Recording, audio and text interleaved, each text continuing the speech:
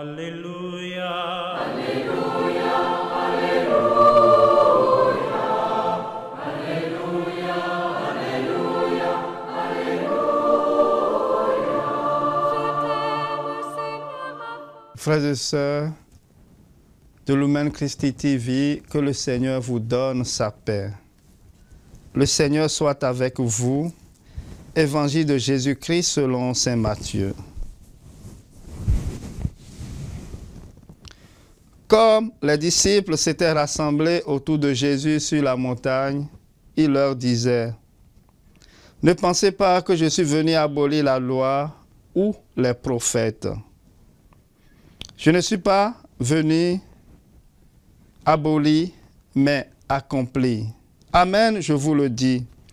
Avant que le ciel et la terre disparaissent, pas une lettre, pas un seul petit trait ne disparaîtra de la loi, jusqu'à ce que tout se réalise. Donc, celui qui rejettera un seul de ces petits commandements et qui enseignera aux hommes à faire ainsi, sera déclaré le plus petit dans le royaume des cieux. Mais celui qui les observera et les enseignera sera déclaré grand dans le royaume des cieux. » Frères et sœurs bien-aimés, que le Seigneur vous donne encore sa paix. La péricope de l'évangile de ce jour nous parle de la relation entre les chrétiens et les commandements de Dieu. Ce passage vient mettre en lumière le rapport entre l'ancienne alliance et la nouvelle alliance. Jésus dit qu'il vient accomplir l'ancienne alliance.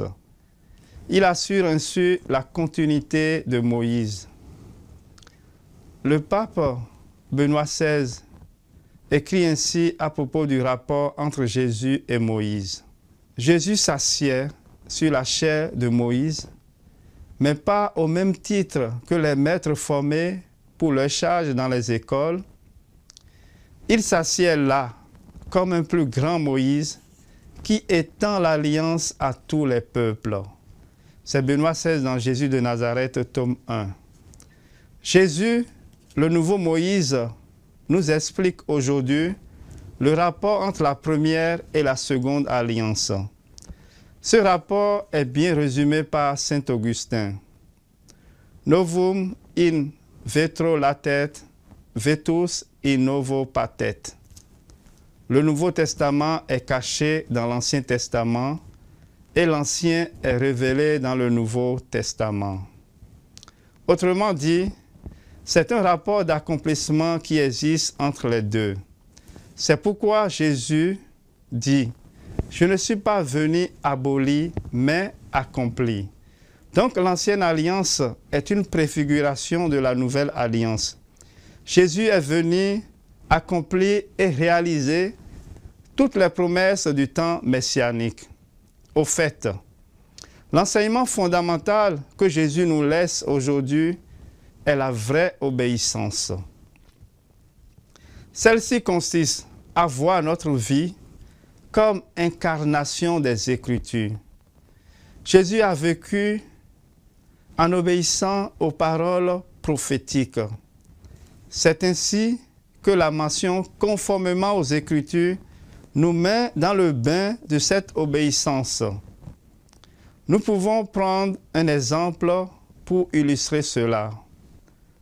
Lors du baptême de Jésus au Jourdain, Jean avait voulu que Jésus le baptise et Jésus a répondu en ces termes. Jean voulait n'en empêcher et lui disait: « C'est moi qui ai besoin d'être baptisé par toi et c'est toi qui viens à moi. » Mais Jésus lui répondit: « Laisse faire pour le moment, car il convient que nous accomplissions ainsi toute justice. » Alors Jean le laisse faire. Cette illustration révèle combien l'obéissance à la parole de Dieu est fondamentale pour le Christ. Cette obéissance du Christ est annoncée par le psalmiste lorsqu'il écrit: « Dans le livre, il est écrit pour moi ce que tu veux que je fasse, mon Dieu. Voilà ce que j'aime, ta loi me tient aux entrailles. J'annonce la justice dans la grande assemblée. Vois, je ne retiens pas mes lèvres, Seigneur, tu le sais. Ainsi, chacun peut s'approprier ce verset en se demandant comment est-ce que j'accomplis la parole de Dieu dans ma vie?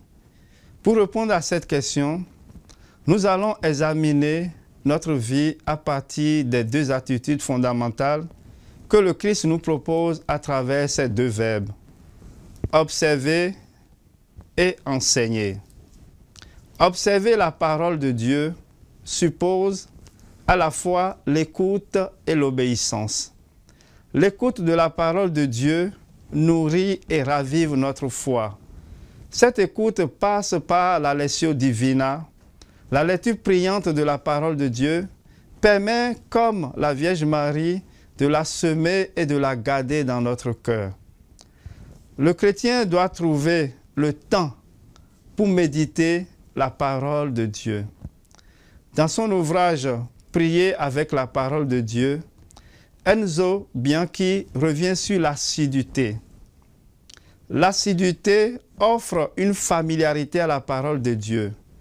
Il faut lire et relire l'Écriture afin qu'elle pénètre l'esprit et le corps. La lecture priante peut être un moment de partage instauré en famille, par exemple. Elle permettra une croissance spirituelle. La parole de Dieu devient donc un principe d'unité et de communion fraternelle. Ainsi, en éclairant et en illuminant la vie du disciple, elle oriente aussi son agir. Le disciple met en pratique cette parole dans ce qu'elle est d'essentiel. Il devient un homme nouveau, découvrant un trésor de sagesse dans les Écritures. Il obéit à ce trésor afin de devenir un témoin vivant de ce trésor. C'est ainsi que nous enseignons la parole par notre vie.